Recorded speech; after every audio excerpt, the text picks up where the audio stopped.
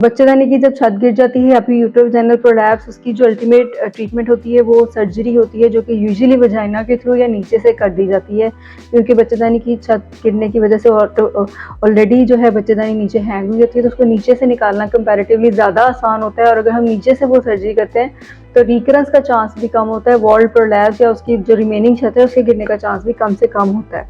लेकिन कुछ पेशेंट्स ऐसे होते हैं जिसमें नीचे से सर्जरी नहीं कर सकते। वो कौन से पेशेंट होते हैं?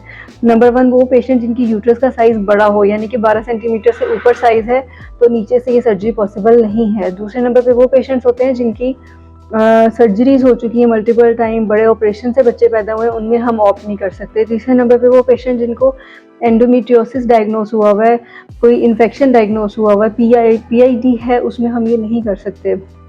क्रॉनिक पीआईडी के पेशेंट्स में नीचे से इस सर्जरी को रिकमेंड नहीं किया जाता।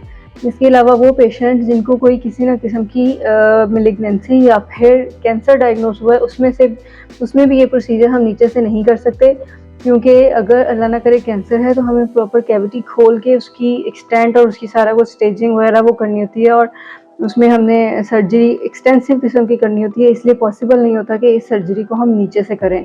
तो आपकी अगर बच्चेदानी की छत गिर गई है, बच्चेदानी बाहर आ गई है, तो आपकी डॉक्टर ही आपको गाइड करेंगी कि ये ऑपरेशन नीचे से होना चाहिए या पेट के ज़रिए से होना चाहिए, ऑपरेशन होना भी चाहिए या नहीं होना चाहिए, छल्ले के साथ आपकी ट्रीटमेंट पॉसिबल है कि नहीं, ये सब चीज़ें आपकी डॉक्टर आपको गाइड करेंगी। लेकिन उनके पास आपने जाना टाइम से होता है। कुछ पेशेंट्स इग्नोर करते रहते हैं, शुरू में बॉल छोटी होती है, जैसे जैसे वो बॉल बड़ी होती है, पूरी बच्चेदानी गिर जाती है, तो फिर वो पेशेंट डॉक्टर के पास जाते हैं जब उनको अल्सरेशन या कोई कॉम्प्लिकेशन डेवलप होती है।